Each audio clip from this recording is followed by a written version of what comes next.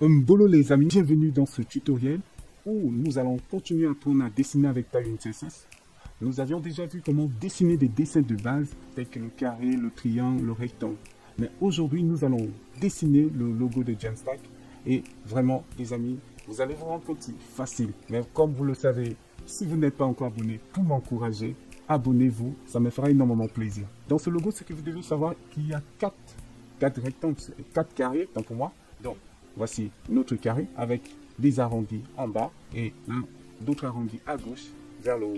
Donc avec Tailwind CSS, vous allez voir que c'est vraiment comme un jeu d'enfant. Moi, je prends le Playground de Tailwind CSS. Vous pouvez prendre votre éditeur de code favori. Moi, je préfère Playground de Tailwind CSS. Ok, voilà, je vais supprimer tout ça. Nous, on a notre div de base qui va nous permettre de centrer notre contenu. Donc, notre div de base qui sera hScreen. Donc, comme pour dire l'écran, la hauteur de l'écran. Et après, nous, on a la largeur de l'écran, full qui sera 200%. Et après, quoi d'autre? On veut justifier le contenu en centré. Donc, on va faire un flex. Après, un justify center, juste pour centrer notre contenu. Et après ça, horizontal, justifier, centrer horizontal. Et après là, nous, on va aussi centrer verticalement. Donc, il sera items center. Donc là, notre div, c'est bon. Notre div de base, comme le container, si on peut parler ici. Et après, nous allons commencer notre logo. Vous allez voir si j'écris logo, vous voyez comment c'est centré par ici. C'est à cause des flex, justify center et item center. Très bien. Mais on va commencer notre logo. Notre logo, on va lui donner la hauteur de 64 h 64. Donc, avec une largeur de 64 et avec un background color, donc l'arrière-plan, background color qui sera de ping 60. Ok, vous voyez, si on fait ça, voilà notre carré de base. Donc, ici on a notre grand carré déjà et à l'intérieur il y a 4 autres carrés. Nous, on va faire nos carrés qui sont à l'intérieur de H à 28. On va prendre 28. Désolé, on va mettre le point. C'est pour émettre.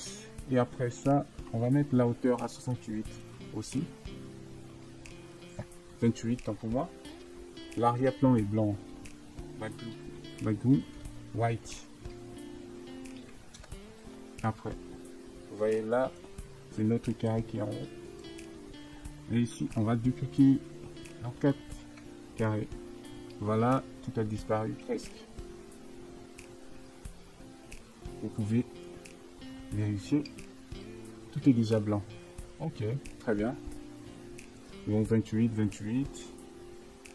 Item center. Ok. Notre arrière-plan. Ici, on va mettre, ce sera des grilles. La grille colonne. On va mettre grille. C'est des grilles. Ok. On a nos 4 ici. On va enlever celui-là. Vous allez voir qu'est-ce qui va se passer. Bon, vous voyez.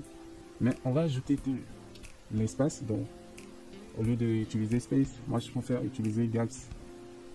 Donc, gaps, l'espace au niveau des X. Vous voyez, c'est 4. Très bien. Et quoi d'autre? Nous, on va ajouter quelque chose. Overflow. On va faire un background. On va ajouter nos arrondis. Tant pour moi. Round. Donc, des arrondis du bas. Donc, on va mettre bottom full. Vous voyez? Là, on a déjà quelque chose. Mais ici, on va ajouter des left, des arrondis. Round. On va ajouter top left full. On va ajouter full. Vous voyez? Donc là, on a déjà notre logo. Et rien ne se passe. C'est vrai. Il y a quelque chose.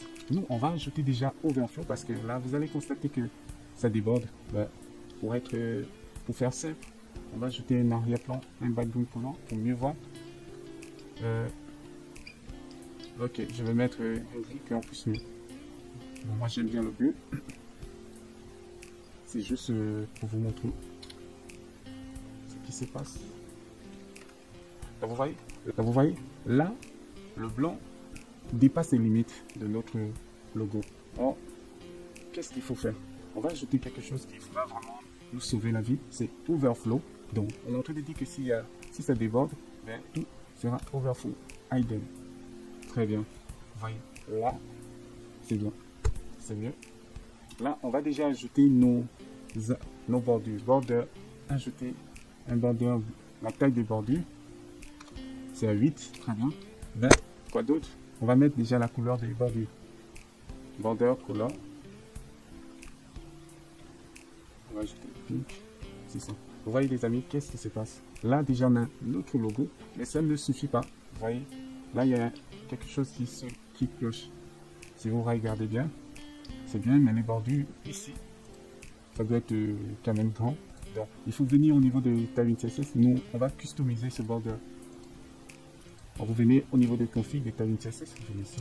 Après, moi, border wife, je mets 8. Vous voyez là le bordure à 8. Je l'ai mis à 17 pixels. Hein. Vous pouvez, je pense que 17 pixels, bien, vous pouvez améliorer. Je vais mettre 20 pixels. Oui, je pense que c'est mieux. Ok.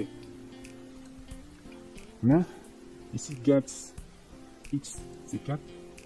Bon, je vais diminuer. Si vous regardez bien, ici, ben, c'est au lieu de 4, c'est trop. Je vais mettre 3. Ok. On va mettre gaps. Gap, au lieu de X, on va mettre Y. Vous allez voir, tac, tac. Vous voyez 3. Si vous regardez bien, ben c'est ça. On a notre logo, 3, 3. Au lieu de faire ça, on peut faire simple. Hein. On peut enlever ici. Vous voyez les amis, on a notre logo avec Tailwind CSS créé avec Gemstyle. Merci encore d'avoir suivi ce tutoriel. J'enlève le background blue. Ben voilà, on a notre logo. Merci encore et ne manquez pas de vous abonner. Ciao.